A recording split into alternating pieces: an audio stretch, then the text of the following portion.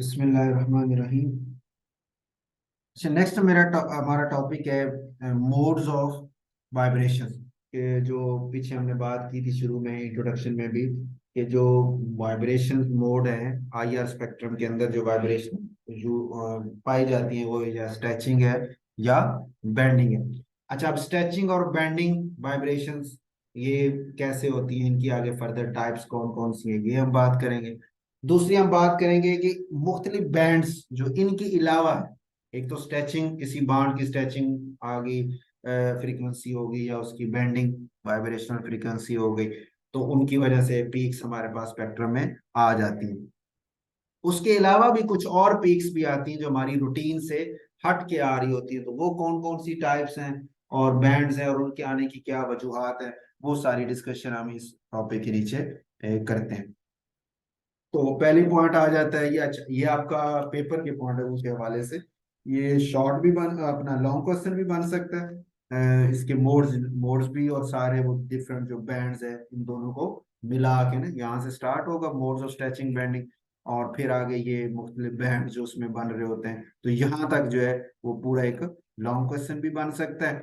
और short question में सिर्फ आपको स्ट्रेचिंग की मोड्स पूछे जाएं और बेंडिंग के सिर्फ पूछ ले, या ये सेपरेट ये पूछ ले, या सेपरेट आपसे ये बैंड्स के हवाले से क्वेश्चन हो जाए, तो वो सेपरेट सेपरेट शॉर्ट बन जाते हैं।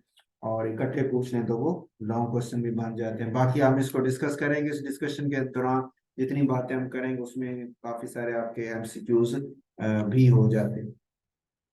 तो पहला पॉइंट तो ये बात करते हैं हम कि जनाब, जब भी आई आर रेडिएशन आप किसी मालिक्यूल के ऊपर फेंकते हैं और वहां पे जब मैच हो जाती है और वो उसकी एब्जॉर्प्शन हो जाती है, तो एब्जॉर्प्शन के नतीजे में जो वाइब्रेशंस उसमें आती हैं वो या तो स्ट्रेचिंग होती हैं या फिर बेंडिंग होती है। ठीक हो गई। स्ट्रेचिंग और बेंडिंग में फिर आगे मजीद टाइप्स भी हैं, जैसे यहाँ लिखा हुआ है कि जो स्ट्रेचिंग है उसमें दो तरह की, एक सिमेट्रिक है और एक एसिमेट्रिक है। और जो आपकी बेंडिंग है उसमें चार टाइप्स हैं, सीजरिंग है, रॉकिंग है, वैगिंग है और ट्विस्टिंग है। ठीक हो गया, तो चार तरह की ये बन जाती हैं, और दो आपकी जो सब टाइप्स है ना स्ट्रेचिंग के अंदर आ जाती है। ठीक है, इसी को उसने ये डायग्राम की शक्ल में भी शो किया है। स्ट्रेचिंग वाइब्रेशंस ये हैं दो तरह की। एक ये सिमेट्रिक है। सिमेट्रिक का मतलब कि ये जो दो बाण इस तरह हो और दोनों के दोनों एक ही तरफ खींचे चले जा रहे हो, यानी दोनों के दोनों बाहर की तरफ जा रहे हैं, या दोनों के दोनों वापस कार्बन की तरफ आ रहे हैं। आप ऐसे समझिए कि ये दो बाण्ड्स हैं, इन दो बाण्ड्स की बाण लेंथ एक ही वक्त में इंक्रीज हो रही हो या एक ही वक्त में दोनों की डिक्रीज हो रही हो, तो इसको हम नाम देते हैं सिमेट्रिक स्ट्रेचिंग का। ठीक हो गई। और एसिमेट्रिक में ये होता है कि एक ही बॉन्ड लेंथ इंक्रीज हो रही है, यानी वो दूर जा रहा है, तो दूसरे की उसी वक्त में बॉन्ड लेंथ डिक्रीज हो रही है, वो इसकी तरफ आ रहा है। ठीक हो गई। या फिर ये अगर दूर जा रहा है तो वो करीब आ रहा है, तो यानी दोनों में अपोजिट जा रहे हैं, एक ही बॉन्ड लेंथ इंक्रीज हो रही है तो दूसरे की उसी वक्त में डिक्रीज हो रही है, चेंज। इसको कहते हैं एसिमेट्रिक स्ट्रेचिंग। ये कब होता है? जब इस तरह के फंक्शनल ग्रुपिंग, जैसे अब किसी कंपाउंड में सिर्फ एक ही सी एच हो, इस तरह दो साथ मौजूद ना हो, तो उसमें फिर ये सिमेट्रिक एसिमेट्रिक वाला कंसेप्ट खत्म हो जाता है, फिर सिर्फ स्ट्रेचिंग वाइब्रेशन आती है। लेकिन जब इस तरह के दो हो और ऐसे साथ मौजूद हो, तो फिर उसमें ये सिमेट्रिक और एसिमेट्रिक वाला फिनोमिना आ जाता है, और उसकी वजह से फिर वो पीक्स भी हमें एक से ज्यादा मिलती हैं उसकी।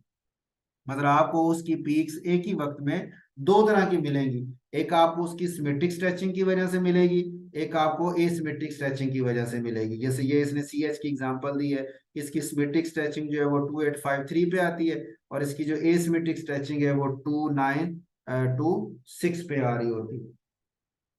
अच्छा, इन्हीं वाइब्रेशंस को एक और नाम भी देते हैं, फंडामेंटल एब्जॉर्प्शंस का भी नाम देते हैं। ये भी याद रखना आपने ना एमसीक्यू के तौर पे, ये जो स्ट्रेचिंग और बेंडिंग की जितनी टाइप्स हैं, इन सारों को फंडामेंटल बुनियादी एब्जॉर्प्शन यही है। वो आगे हम जो बैंड्स की बात करेंगे वो जरा हट के आ जाते हैं रूटीन। अच्छा, अब यहाँ पे एक सवाल तो हमारा ये बना कि सर ये सिमेट्रिक और एसिमेट्रिक एक ही वक्त में दोनों स्पेक्ट्रम में कैसे आ सकते हैं? तो हम कहेंगे वहां एक कंपाउंड तो नहीं है ना, काफी सारे कंपाउंड है, कईयों में सिमेट्रिक स्ट्रेचिंग चल रही होगी, कईयों में एसिमेट्रिक स्ट्रेचिंग चल रही होगी। इस वजह से फिर वो जो स्पेक्ट्रम ओवरऑल पूरे का वो जो आपने सैंपल लिया हुआ है जिसमें पता नहीं कितने लाखों करोड़ों मॉलिक्यूल इकट्ठे मौजूद होते हैं, तो उनका ओवरऑल एवरेज निकल के हमारे पास स्पेक्ट्रम आता है। तो इस वजह से स्पेक्ट्रम में फिर हमें सिमेट्रिक स्ट्रेचिंग भी मिलती है और एसिमेट्रिक स्ट्रेचिंग भी मिल रही होती है। ठीक हो गया। अच्छा, उसी बाण की फिर बैंडिंग भी होती है, उसी देखो ना, ये वही सी एच ही है, इन्हीं में ही बैंडिंग भी पाई जाती है और चार मुख्तलिफ तरह की पाई जा रही है। तो ये सारी इसी समझे, एक वक्त में एक मॉलिक्यूल एक ही कर सकता है, या वो सिमेट्रिक में जा रहा है या वो एसिमेट्रिक में जा रहा है, ठीक है, या वो सिजरिंग में या वैगिंग में या ये एक वक्त में। लेकिन वहां चूंकि लाखों करोड़ों मॉलिक्यूल होते हैं, कोई कहाँ है, कोई किस हालत में, कोई किस हालत में, तो इस वजह से उनकी फिर जो वाइब्रेशंस होती हैं वो भी एवरेज होके जब हमारे पास आती है, तो स्पेक्ट्रम के अंदर हमें स्ट्रेचिंग वाइब्रेशन भी मिलती हैं और स्पेक्ट्रम के अंदर हमें बेंडिंग वाइब्रेशन भी मिल रही होती हैं, कि जो भी बाड आपके मौजूद है वहां उसके अंदर, ठीक हो कि दोनों मौजूद होते हैं। लेकिन हम अमूमन जो स्पेक्ट्रम की इंफॉर्मेशन लेनी होती तो हम स्ट्रेचिंग को ही ज्यादातर फोकस करते हैं, उसको सामने रखते हैं, बेंडिंग को हम इतना फोकस नहीं कर रहे होते हैं। उसकी वजह सबसे बड़ी ये है कि बेंडिंग आपकी देखें ना, ये 1450, 1250, 720, 1250, यानी ये रेंज है ना, वो जो शुरू वाला फिंगरप्रिंट रीजन मैंने आपको बताया, शुरू से लेके 1500 तक के जो आपका 1600 तक रीजन बनता है उसको हम फिंगरप्रिंट। अब इस रेंजर में बहुत बहुतात होती है पीक्स की ना, पीक्स को देखें तो छोटी मोटी इतनी सारी पीक्स होती हैं, तो उसमें से फिर हमें इनको निकालना काफी मुश्किल हो जाता है, बेंडिंग वालों को निकालना थोड़ा, और उसमें से सिलेक्ट करना कि ये कौन सी है कौन सी नहीं है, और उसमें गलती के चांस भी ज्यादा हैं, हो सकता है वो किसी और वजह से और मैं उसे किसी और की बेंडिंग समझ के कंसिडर कर रहा हूँ, ठीक है, इसमें ये चांस हो सके, इसलिए हम बेंडिंग पे इतना फोकस नहीं करते, स्ट्रेचिंग पे ज्यादा फोकस करते हैं कि वो वहां पे जब आती है तो प्रोमिनेंट आती हैं और हाई वैल्यू पे आ रही होती हैं, और वहां पे आ रही थी जहां पे इतना रश भी नहीं है, तो अगर वो वहां पे आएंगी तो क्लियरली नजर आ रही होंगी, और अगर वो नहीं होंगी तो वहां गायब होंगी, तो इसलिए हम फिर स्ट्रेचिंग को ज्यादा फोकस करते हैं बेंडिंग की बजाय। ओके हो गई। अच्छा, अब यहाँ पे एक सवाल हमारा, चलो पहले मैं टाइप्स डिस्कस कर लूं फिर इसके ऊपर क्वेश्चन भी हम डिस्कस कर लेते हैं। सिमेट्रिक में होगी स्ट्रेचिंग में दो हमारे पास, एक सिमेट्रिक और एक एसिमेट्रिक हो गया। इस तरह बेंडिंग वाइब्रेशंस को देखें तो उसमें चार है मुख्तलिफ, उसमें सिजरिंग और रॉकिंग एक टाइप बन जाती है, और वैगिंग और ट्विस्टिंग जो है वो दोनों एक ही कैटेगरी में आ रहे हैं। सिजरिंग और रॉकिंग एक कैटेगरी में आने का मतलब क्या है, जैसे नीचे भी लिखा ना इन प्लेन, ये एक ही प्लेन में है, और ये जो है ट्विस्टिंग और वैगिंग जो है ये आउट ऑफ प्लेन है। क्या मतलब इसका, इन प्लेन का मतलब कि ये जो मूवमेंट आपको नजर आ रही है, दोनों बाण एक दूसरे की तरफ जा रहे हैं, यानी बाण एंगल छोटा होता जा रहा है, और ये यहाँ पे वो ऊपर जा रहा है और ये भी उसी की तरफ जा रहा है, यानी बॉन्ड एंगल में कोई खास फर्क नहीं पड़ रहा, ठीक है, ये फर्क है दोनों, इन दोनों ये सी एच और सी एच का दरमियान में जो बॉन्ड एंगल है, जब ये दोनों एक दूसरे की तरफ आएंगे तो बॉन्ड एंगल कम होगा, वो उधर जा रहा हो और ये नीचे आ रहा हो, एक दूसरे से दूर जाएंगे तो बॉन्ड एंगल बढ़ रहा होगा। अब जार बात बॉन्ड एंगल छोटा और बड़ा करने के लिए एनर्जी भी आपको ज्यादा चाहिए होगी, इस वजह से इसकी जो एब्जॉर्प्शन है वो भी हाई वैल्यू के ऊपर है। और ये जो रॉकिंग है जिसमें बाण एंगल तो चेंज हो नहीं रहा, दोनों एक तरफ जा रहे हैं, दोनों ही फिर इधर वापस आएंगे, तो इसमें इतनी ज्यादा एनर्जी रिक्वायर नहीं है, इसलिए इसके लिए छोटी एनर्जी वाली रेडिएशन भी काफी है, तो जैसे 720 वाली भी इसमें चल जाती है, ठीक हो गए।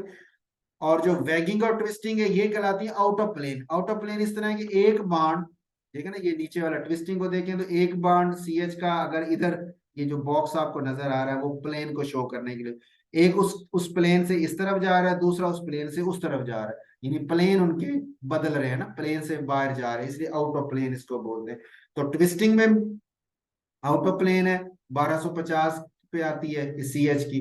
और ये जो वैगिंग है जिसमें दोनों ही एक तरफ जा रहे हैं और दोनों ही उधर जा रहे हैं, यानी आगे प्लेन से out out of plane move कर रहे हैं, या उस तरफ या उस तरफ, तो वो भी राउंड अबाउट 1250 है, यानी दोनों में कोई इतना खास फर्क नहीं है उनके वैल्यूज में ना। इसका मतलब इन दोनों को शो करने के लिए एनर्जी हमें राउंड अबाउट सेम ही चाहिए, ठीक होगा। ये तो हमने मुख्तलिफ टाइप्स डिस्कस कर ली। अब इनके ऊपर क्वेश्चन है, क्वेश्चन एक ये है कि स्ट्रेचिंग वाइब्रेशन बेंडिंग से ज्यादा हाई वैल्यू पे क्यों जाती है, स्ट्रेचिंग जो है वो हायर है बेंडिंग की निस्बत से। आप उसका आंसर देंगे कि सर स्ट्रेचिंग में हमने बाड लेंथ या तो बढ़ानी है या बाड लेंथ हमने कम करनी है, दूर जाना है या उसकी तरफ जाना है। तो बाड लेंथ कम करने ज्यादा करने के लिए न्यूक्लियर अट्रैक्शन को तोड़ना पड़ेगा, उसके अफेक्ट करना पड़ेगा, और उसके लिए एनर्जी भी ज्यादा चाहिए होगी। इस वजह से ट्विस्ट जो स्ट्रेचिंग है वो हमारी हाई एनर्जी पे हो रही थी। बेंडिंग में चूंकि हमने बाड लेंथ को तो चेंज नहीं कर रहे, हम तो बाड एंगल के साथ डील कर रहे हैं, किसी में बाड एंगल चेंज हो रहा है किसी में नहीं हो रहा। तो बाड एंगल्स में चेंज होने के लिए वो इतनी ज्यादा एनर्जी रिक्वायर नहीं है। इस वजह से बेंडिंग कम एनर्जी पे, कम वाइब्रेशन एनर्जी वाली रेडिएशन वाइब्रेशन पे हो जाती है, और स्ट्रेचिंग के लिए ज्यादा एनर्जी वाली रेडिएशन रिक्वायर होती है। एक सवाल हो गया जी। दूसरा, एसिमेट्रिक स्ट्रेचिंग जो है वो भी सिमेट्रिक से ज्यादा होती है। हालांकि फर्क तो उतना ज्यादा नहीं होता लेकिन ज्यादा तो है। उसकी क्या रीजन हो सकती है? तो उसका जवाब आप दे सकते हैं कि सर यहाँ पे दोनों एटम एक ही कैटेगरी शो कर रहे हैं, या दोनों दूर जा रहे हैं या दोनों उसकी तरफ आ रहे हैं। तो बात समझ आती है वाइब्रेशनल डायपोल मोमेंट के दौरान कि दोनों दूर जा रहे हैं या दोनों करीब जा रहे हैं, या उससे हम जरा रूटीन से हट के काम लेना चाह रहे हैं कि एक दूर जाए और दूसरा उसकी तरफ आए। तो इसके इस यानी रूटीन से हट के ये काम आप ले रहे हैं, तो इस अब नॉर्मल बिहेवियर को शो करने के लिए एनर्जी ज्यादा रिक्वायर होगी। इसलिए हाई एनर्जी वाली रेडिएशन ये काम कर सकती है, लो एनर्जी वाली नहीं कर सकती। तो इसी वजह से एसिमेट्रिक जो है वो सिमेट्रिक से ऊपर निकल जाती है। तीसरा पॉइंट है सीजनिंग रॉकिंग से ज्यादा क्यों है? वो बात अभी हमने की कि सीजनिंग के अंदर बॉन्ड एंगल छोटा हो रहा है, कभी बढ़ रहा है, लेकिन ये रॉकिंग है उसके अंदर बॉन्ड एंगल में इन दोनों के दरमियान चेंज नहीं आ रही। इस वजह से इसको इतनी ज्यादा एनर्जी रिक्वायर भी नहीं है।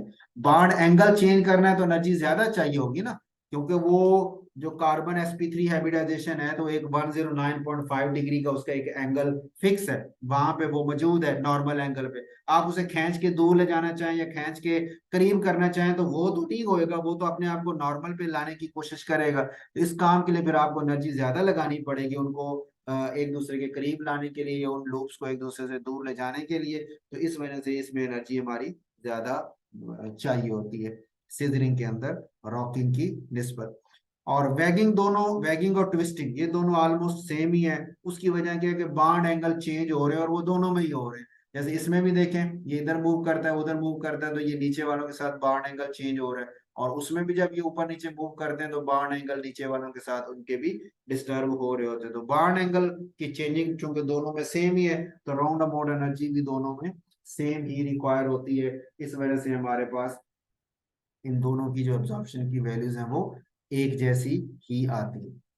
ठीक हो गई? ये हमने बात की है जो बुनियादी फंडामेंटल एब्जॉर्प्शन हैं, वाइब्रेशन हैं, स्ट्रेचिंग वाइब्रेशन और बेंडिंग की। ठीक हो गई? ये वर्ड यहाँ लिखा, फंडामेंटल एब्जॉर्प्शन। ठीक है, ये उसने कुछ और कंपाउंड की एग्जांपल दी हैं स्ट्रेचिंग एसिमेट्रिक और एसिमेट्रिक के हवाले से। अच्छा, अब आगे हम बात करते हैं बैंड्स। ये तो बात होगी फंडामेंटल एब्जॉर्प्शंस के हवाले से। दूसरा है बैंड में पहली बात आती ओवरटोन की। ओवरटोन का मतलब क्या है कि जैसे ये नीचे लिखा ना 2 न्यू बार 3 न्यू बार।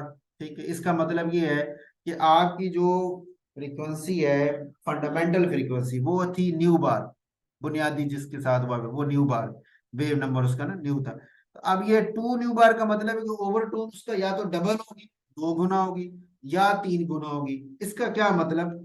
इसको आप इस तरह भी समझ सकते हैं कि जैसे ये बांड वाइब्रेट कर रहा है, ठीक है, आपके पास कार्बन और क्लोरीन का बांड है, तो सपोज करें इस वक्त इसकी वाइब्रेशनल फ्रीक्वेंसी सपोज करें कि 700 है, मिसाल के तौर पे। ठीक है, 700 पे बुनियादी जो है। तो अब 700 को अगर मैं 2 से मल्टीप्लाई करूं तो 1400।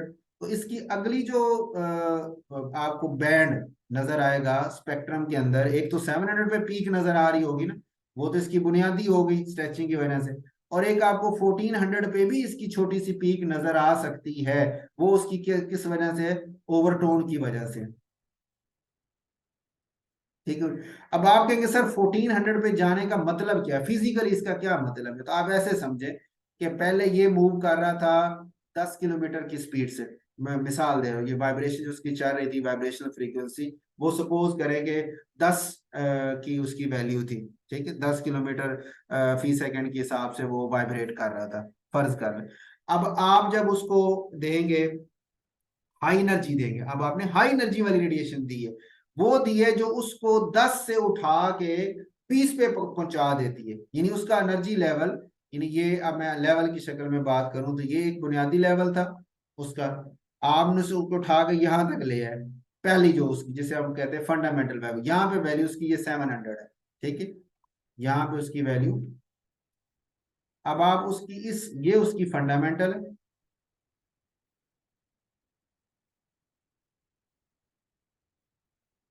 ये उसकी फंडामेंटल वाइब्रेशन थी, ठीक हो गई, बुनियादी जो चल रहा था, ये बुनियादी थी। आपने उसको उठा के 700 पे ले आए, आई आर मैच होगी, ये उसकी आपने कहा ये सर फंडा, ये उसकी फंडामेंटल फ्रीक्वेंसी, यानी उसकी स्ट्रेचिंग फ्रीक्वेंसी, ये वो है। फंडामेंटल से मुराद ये उसकी नॉर्मल नेचुरल फ्रीक्वेंसी क्या है, इसे मैं नेचुरल लिख दूं वो ज्यादा बेहतर है। ये नेचुरल है जिससे वो चल रहा था ना नॉर्मली। फिर आई आर आया तो उसको फंडामेंटल, देखिए 700 पे उसके स्ट्रेचिंग वाइब्रेशन उसने शो कर दिए, ठीक हो गई। अब इसको एनर्जी कितनी चाहिए थी, 700 जो है ना रेडिएशन उसको चाहिए 700 वाली, जो उसको यहाँ इस लेवल से उठा के इस लेवल पे पहुंचा दे, यानी हाई हाई एनर्जी से इसको वाइब्रेट करवाना शुरू कर दे।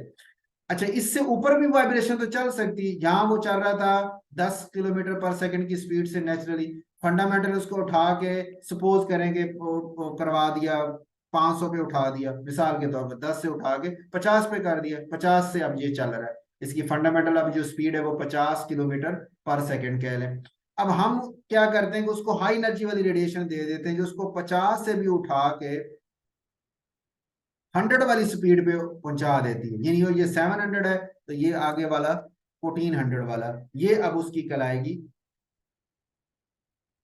ओवरटोन, ठीक हो गया। कि आपने उसको जो पहला स्टेप था उसकी एनर्जी की लेवल का, उससे भी आपने हाई एनर्जी वाली रेडिएशन उसको दे दी है, और जिसकी वजह से वो यहां से यहां जंप करने की बजाय वो यहां से 1400 पे चला गया, ठीक हो गया। और आपको स्पेक्ट्रम के अंदर 1400 पे पीक नजर आ रही होगी, 700 पे पीक नजर नहीं आए मिसाल के तौर पर, वैसे यहाँ मैं फर्ज कर रहा हूँ कि 700 वाली गायब होगी और वो मालिकुल शिफ्ट हो गया 1400 पे।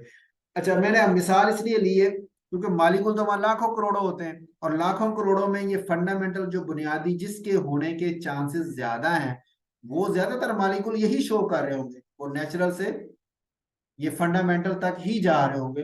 बहुत कम होंगे जिनको ज्यादा शौक होगा या ज्यादा एनर्जी मिल गई, उनको ज्यादा एनर्जी वाली रेडिएशन से टकरा गई और वो इससे 1400 से मैच कर गई, तो वो नेचुरल से जंप करके सीधी 1400 भी चले गए, इसके होने के चांसेस बहुत कम है, ठीक हो गया। तो इसलिए हम कहते हैं कि ओवरटोन आ तो जाती हैं, लेकिन ओवरटोन के होने के जो चांसेस हैं वो बहुत ज्यादा कम है, और चांसेस कम होने का फिर क्या नतीजा क्या निकलता है कि जो स्पेक्ट्रम के अंदर आपको पीक नजर आती है वो बहुत ज्यादा छोटी नजर आती है, यानी इतनी ज्यादा स्ट्रॉन्ग पीक नहीं होती। ये स्ट्रॉन्ग से क्या मुराद है, जैसे मैं मिसाल दूं, यहाँ एक स्पेक्ट्रा आपको दिखाते हैं।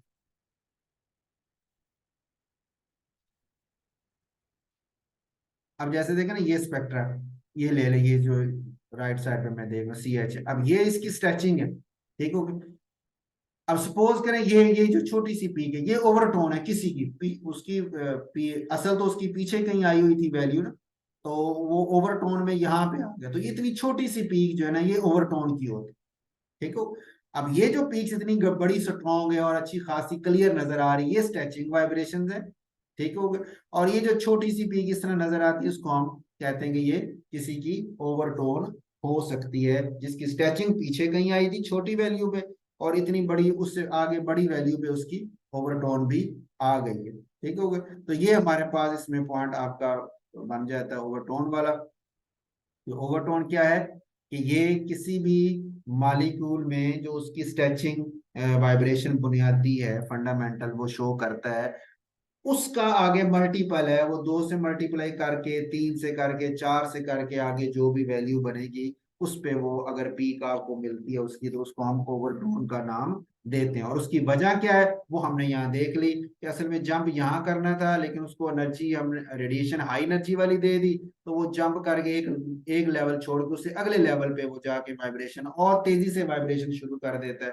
जिस वजह से यहाँ पे हमें पीक मिलना शुरू हो जाती है, जिसको हम ओवरटोन का नाम देते हैं। और इंटेंसिटी इसकी हमेशा कम है, क्यों? कि ये वाला काम नॉर्मल नहीं है, तो इस ये काम शो करने वाले मॉलिक्यूल की तादाद बहुत कम होती है। इस वजह से स्पेक्ट्रम में इसकी जो इंटेंसिटी होती है वो भी बहुत ज्यादा कम होती है। इसलिए हम इसको स्पेक्ट्रम को जब एनालाइज करते हैं तो हम इतना ज्यादा इनको फोकस भी नहीं करते, छोटी वैल्यूज को हम बड़ी वैल्यूज को ही देख रहे होते हैं। ठीक हो गई। अच्छा, इसमें एमसीक्यू भी आपने ये जेहन में रखना है। जैसे यहाँ इसने एक एग्जांपल दी है कि एक अब्जॉर्प्शन 500 पे आती है, तो इसका ओवरटोन कहाँ होगा अगला? तो उसका मल्टीपल होना ना, यानी 500 के बाद वो 1000 पे होगा, या 1500 पे होगा, या 2000 पे होगा, यानी उसका मल्टीपल होके चलेगा, 1 2 3 4 5 इस तरह करके। ठीक है, ये एमसीक्यू के तौर पे आपने जेहन में रखना है। तो एक बैंड हमारे पास क्या हो गया जी? ओवरटोन का हो गया। दूसरा बैंड है कम्बिनेशन बैंड। ठीक है, कॉम्बिनेशन का मतलब ये है कि दो फ्रीक्वेंसीज जो है ना, यहां से लेकर to vibrational frequencies in a molecule couple, वो इकट्ठी हो गई है। ठीक हो गया, और एक नई फ्रीक्वेंसी उन्होंने दे दी है, जिसको हम इसलिए सम बोल देते हैं ना, कि जो नया कॉम्बिनेशन बैंड है वो न्यू वन और न्यू टू का कॉम्बिनेशन है, उनको जमा करने के बाद हमारे पास आ रहा है। अच्छा, अब ये लफ्जी तो मतलब समझ आ जाता है कि भी दो फंडामेंटल वाइब्रेशन फ्रीक्वेंसीज थी, वो जमा हो गई तो कॉम्बिनेशन बैंड बन गया, ये बात ओके होगी। अब हम उससे पूछते हैं कि भाई जरा हमें फिजिकली बताओ कि ऐसा हुआ क्या जिसकी वजह से वो कॉम्बिनेशन बैंड जो है वो आ गया। ठीक हो गया। अब उसमें आप इधर आते हैं हम स्पेक्ट्रम के ऊपर ना, इसका थोड़ा यहाँ रफ सम स्पेक्ट्रम ड्रा कर लेते हैं, उसको एक नजर आप देखें।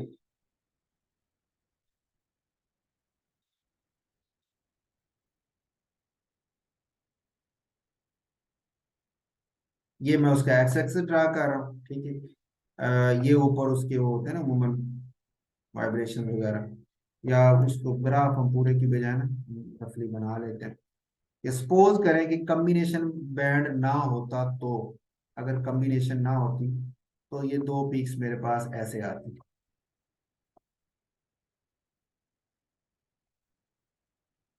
कम्बिनेशन ना होता तो दो अलग अलग पीक्स आती। सपोज करें इसकी वैल्यू जो है वो 200 है। ठीक है, और इसकी वैल्यू सपोज करें कि 500 पर सेंटीमीटर। वेव नंबर इसका 200 है, इसका 500।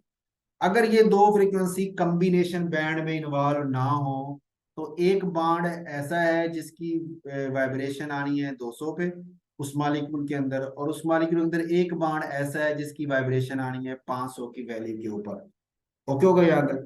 अब हुआ ये कि मैंने उसको दी 700 वाली रेडिएशन। ठीक है,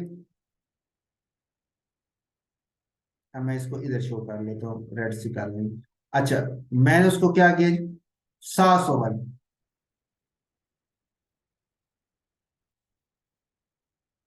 ये सपोज करें कि 700 वाली।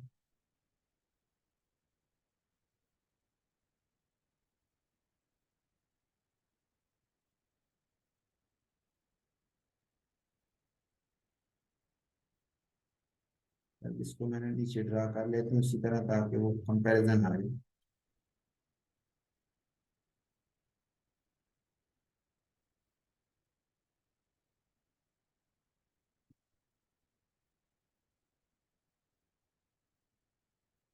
ये आपके पास नया ये, और इस नए में ये जो वैल्यू है वो कहाँ पे है? 700 पे आ गई। यानी 200 वाला भी गायब हो गया, 500 वाला भी गायब हो गया, बल्कि आपके पास जो स्पेक्ट्रम है वो अब आ गया, पीक जो शो कर रहा है वो 700 पे शो कर रहा है। ठीक हो गए। अच्छा, अब इसमें पहली जुमला जो समझने वाला है वो ये है कि जो स्पेक्ट्रम स्पेक्ट्रम आपके पास आ रहा है ना, ये कौन बना रहा है? ये डिटेक्टर बना रहा है। डिटेक्टर क्या चीज नोट कर रहा है कि आपने उसके ऊपर 400 से लेके 400 से यानी 400 से लेके 4000 तक की आपने उसके ऊपर सारी रेडिएशन फेंक दी। ठीक है, ये आपने उस पे मालिकूल के ऊपर, उस मालिकूल ने इनमें से जो जो अब्जॉर्प्शन की उनको अब्जॉर्ब किया, वो डिटेक्टर ने नोट कर लिया कि भाई मेरे तक 400 वाली पीक तो पहुंच गई है, पांच बाकी ये जैसे ये वाला काउंट था तो उसने देखा कि मेरे पास 200 वाली पीक नहीं पहुंची, तो वो एब्जॉर्प्शन हो गई उसकी। 500 वाली नहीं पहुंची, उसकी एब्जॉर्प्शन होगी। जितनी ज्यादा एब्जॉर्प्शन होगी उतनी पीक भी बड़ी होती जाएगी, तो इंटेंसिटी को कंपेयर के हिसाब से वो आपको पीक शो कर देता है। तो जब ये स्पेक्ट्रम आया ना, तो उस वक्त डिटेक्टर ने ये देखा कि वो इतनी सारी पीक्स में से मेरे पास सिर्फ जो गायब हुई है वो 200 वाली गायब हो गई है, 500 वाली गायब हो गई है। उसने कहा कि मालिकूल ने 200 वाली भी जज़ब कर ली और 500 वाली जज़ब कर ली है, और उसने आपको ये स्पेक्ट्रम 200 और 500 के ऊपर पीक बना के शो कर दिया। ठीक हो गया। जब कॉम्बिनेशन बैंड हुआ, कॉम्बिनेशन ये दोनों कंबाइन हो गई, उसमें फिर आपके पास स्पेक्ट्रम में 700 पे एक पीक नजर आई। 200 वाली भी गायब होगी, 500 वाली भी गायब होगी। अब डिटेक्टर 700 पे क्यों नजर आई? क्योंकि डिटेक्टर के पास अब 200 वाली भी पहुंच चुकी है, 500 वाली भी पहुंच चुकी है, लेकिन उसके पास 700 वाली नहीं पहुंची, इसलिए उसने 700 वाली यहाँ शो कर दी कि 700 वाली पीक मेरे पास अब नहीं आई। ये बात समझ आ गई कि डिटेक्टर ने कैसे ये आपको पीक बताई है। अब अगला सवाल कि सर बाण तो वहां पे 200 के हिसाब से है, बाण तो वहां 500 वाला है, तो 700 वाला तो बाण वहां था ही नहीं कि जिसने 700 की एब्जॉर्प्शन शो करनी थी, तो फिर वो 700 वाला कैसे आ गया और ये दोनों गायब क्यों हो गए? ठीक हो गया। तो उसका आंसर के लिए एक बड़ा परफेक्ट जुमला अगर मैं बोलूं तो वो ये है, असल में हुआ ये है कि ये जो दो फंडामेंटल फ्रीक्वेंसीज थी, ये आपकी एक्साइट करवाई गई हैं किससे? एक ही पीक से, एक ही फोटान से। यानी वो जो 700 वाली रेडिएशन थी ना, वो जब मालिक्यूल पे पड़ी तो उसने अपने दो हिस्से कर लिए। उसने 200 वाले बाण, जो बाण था जिसको 200 चाहिए थी उसको 200 दे दी के हिसाब से एनर्जी दे के उसको भी एक्साइट करवा दिया, और 500 वाले को 500 की दे के उसको भी एक्साइट करवा दिया। तो टोटल ओवरऑल वो कितना हो गया? 700। ठीक हो गया। तो इस तरह यानी हमारे पास ये पता चला कि वो जो 700 एनर्जी रखने वाली रेडिएशन थी, उसने 200 वाली बाण को भी एक्साइट कर दिया और 500 एनर्जी वाले बाण को भी एक्साइट कर दिया। तो दो बाण को उसने इकट्ठा एक्साइट कर दिया। एक ही फोटॉन ने, जिसकी एनर्जी 700 थी, उसने दो फोटॉन का काम इकट्ठा कर दिया। इस वजह से हम बोलते हैं कम्बिनेशन बैंड, कि दो मुख्तलिफ बैंड जो आनी थी वो इकट्ठी होकर एक ही फोटॉन में जम होगी। तो फिजिकल मीनिंग भी आपको समझ आ गया होगा कि एक बड़ी एनर्जी वाला फोटॉन आया, उसने दो छोटी छोटी जो फोटॉन ने काम करने थे वो दोनों उसने एक नहीं कर लिए। इस वजह से स्पेक्ट्रम में बैंड जो आ रहा है वो उस बड़ी एनर्जी के हिसाब से आ रहा है, लेकिन वहां कंपाउंड के अंदर फिजिकली जो काम हुआ है, जो एक्साइटेशन हुई है, जो वाइब्रेशनल फ्रीक्वेंसी बढ़ाई गई है, वो छोटे एनर्जी वाले जो दो बैंड थे उन्हीं को ही बढ़ाया गया है काम, लेकिन एक बड़े ने किया है। ठीक हो गया। इसलिए इसको बोलते हैं कम्बिनेशन बैंड। ओके होगा जी। तो कॉम्बिनेशन बैंड वाला फिजिकल मीनिंग भी आपको समझ आ गई होगी कि असल में हुआ क्या था।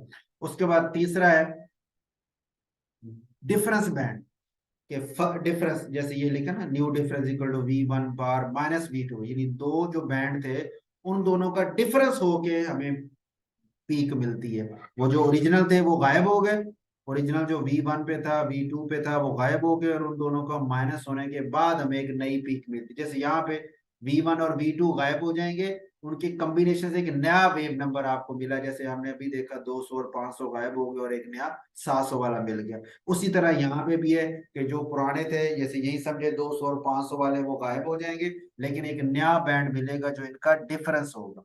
ठीक है। अच्छा, डिफरेंस वाले का जो मतलब क्या है, ये जो फर्मी रेजोनेंस वाला फिनोमेना है, इन दोनों में ये चीज क्लियर हो जाएगी। फर्मी रेजोनेंस को मैं एक्सप्लेन करता हूँ, उसी में ये डिफरेंस वाली बात भी हमारी वहीं पे आ जाती है। ठीक है। अच्छा, फर्क इसमें क्या है? कॉम्बिनेशन तो आपको समझ आ गई कि दो बैंड्स कंबाइन हो गई, एक ही फोटॉन ने दो मुख्तलिफ वाइब्रेशनल फ्रीक्वेंसी को एक ही दफा में एक्साइट करवा दिए। डिफरेंस बैंड में हमने कहा जी कि सर ये दो जो फंडामेंटल फ्रीक्वेंसीज थी उनका ये डिफरेंस के तौर पे आ जाता है। ठीक हो गया। अच्छा, कॉम्बिनेशन बैंड में भी ये बात आपने याद रखनी है, जैसे ओवरटोन में हमने कहा कि उसके होने के चांसेस कम है, और उस वजह से उसकी स्पेक्ट्रम के अंदर उसकी जो पीक बहुत छोटी आती है। तो कॉम्बिनेशन बैंड में भी ऐसे ही है, क्योंकि ये काम होने के चांसेस भी कम है। ठीक है। इस वजह से इसकी अगर वो कुछ मॉलिक्यूल शो कर लेते हैं तो उसकी इंटेंसिटी बहुत कम होगी, तो स्पेक्ट्रम के अंदर वो पीक भी बहुत ज्यादा छोटी आपको मिलेगी कॉम्बिनेशन बैंड की। डिफरेंस बैंड के होने के चांसेस भी कम है, क्योंकि ये रूटीन से हट के है ना, तो इन सारों के फिनोमेना के होने के चांसेस कम है। तो डिफरेंस बैंड जो है वो भी अगर आता है तो उसकी इंटेंसिटी भी बहुत ज्यादा कम होगी। ठीक हो गए। अब अगली हम बात करते हैं फर्मी रेजोनेंस की। तीसरा जो है, ये क्यों आता है फर्मी रेजोनेंस में, वो कहता है कि ये भी कम्बिनेशन है, लेकिन किसका कम्बिनेशन है, कि जब आपकी जो फंडामेंटल फ्रीक्वेंसी है, बुनियादी जो फ्रीक्वेंसी है, वो कपलिंग कर जाए किसके साथ, ओवरटोन के साथ या कम्बिनेशन बैंड के साथ। ठीक है, जो फंडामेंटल है वो कंबाइन हो जाए, कपल कर जाए किसके साथ, ओवरटोन के साथ या फिर कम्बिनेशन बैंड। ये लिखा, when a fundamental vibration couples with overtone और कम्बिनेशन बैंड, तो उसको फिर हम फर्मी रेजोनेंस कहते हैं। कम्बिनेशन बैंड तो था ना, दो फंडामेंटल ने आपस में एड अप हुई थी, और डिफरेंस बैंड भी दो फंडामेंटल का डिफरेंस है। ठीक है, और फर्मी रेजोनेंस क्या है, कि एक फंडामेंटल जो है वो कंबाइन होती है, कपल करती है किसी ओवरटोन के साथ, यानी एक ओवरटोन किसी का आ रहा है, किसी और की फंडामेंटल का ओवरटोन आ रहा है, वो ओवरटोन मजीद फिर इसके साथ कपल कर जाता है, या कम्बिनेशन बैंड किसी दो का आ रहा है वो इसके साथ कपल कर जाता है, जिसकी वजह से एक नया हमें पीक्स मिल जाती हैं रूटीन से हट के, तो उसको हम फिर फर्मी रेजोनेंस का नाम देते हैं। ठीक हो गया। अब इसका क्या मतलब है, इसको भी हम फिजिकली ऐसे समझ सकते हैं। सपोज करें ये मेरे पास आपकी पीक है, मौजूद है, बुनियादी ये है, सपोज करें कि वो उसमें दो बाण थे, एक ने 200 पे आना था और एक ने 500 पे आना था। ठीक हो गए। अब हुआ ये है कि जब वो आपस में कंबाइन, सपोज करें कि ये जो 200 वाली है, ये एक आपकी फंडामेंटल फ्रीक्वेंसी है, और ये जो 500 पे आ रही है ये एक ओवरटोन है या किसी का कॉम्बिनेशन बैंड है। ठीक है, अब ये दोनों फंडामेंटल नहीं है, एक फंडामेंटल है। ठीक है, अब ये समझे कि ये 200 वाली जो है ये इस वक्त फंडामेंटल को शो कर रहा है। ठीक है, फंडामेंटल वाइब्रेशन, और ये जो 500 वाला है वो आप समझे कि कोई ओवरटोन है या कम्बिनेशन बैंड है। ठीक है, अब ये दो, इन दो का अब आपस में कपलिंग हो रही है। अब वो कैसे हो रही है, कि आना तेरे इन इसको आना चाहिए था 200 पे, इसको आना चाहिए था 500 पे। ये उनकी बुनियादी थी, अगर वो आपस में फर्मी रेजोनेंस वाला फिनोमेना ना करें, कपलिंग ना करें, तो एक ने 200 पे आना था, एक ने 500 पे आना था। लेकिन जब प्रैक्टिकली परफॉर्मेंस देखी गई तो पता चला कि जनाब एक मुझे दो बैंड मिले, एक मिला है 700 के ऊपर, ठीक है, और एक मुझे मिला है 100 के ऊपर, सपोज।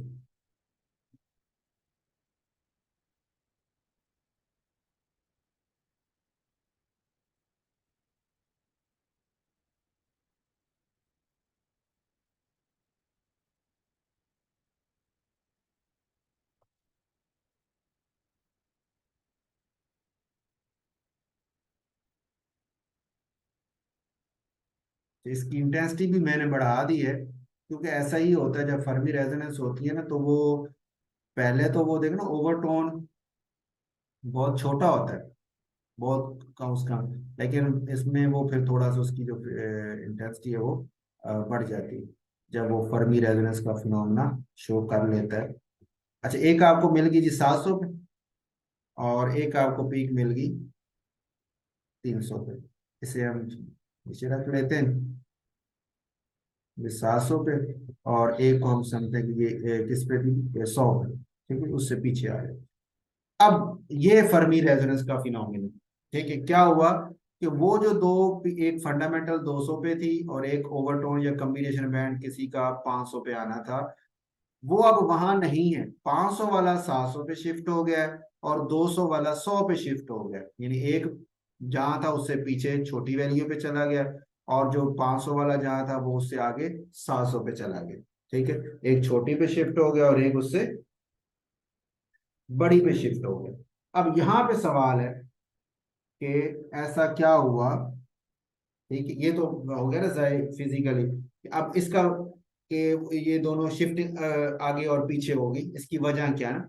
अच्छा, पहली बात आप कहेंगे सर ये 100 और 700 पे आने का मतलब ये है कि डिटेक्टर को अब 100 वाली पीक नहीं मिली, 100 वाली नहीं मिली और 700 वाली नहीं मिली, डिटेक्टर के पास दोनों गायब हो गई, 100 वाली और 700 वाली। हालांकि वहां कंपाउंड में तो एक 200 की थी और एक 500 की थी। ठीक हो गई। तो अब 200 वाली कम हो गई और 500 वाली बड़ी वैल्यू पे चली गई, शिफ्ट हो गई।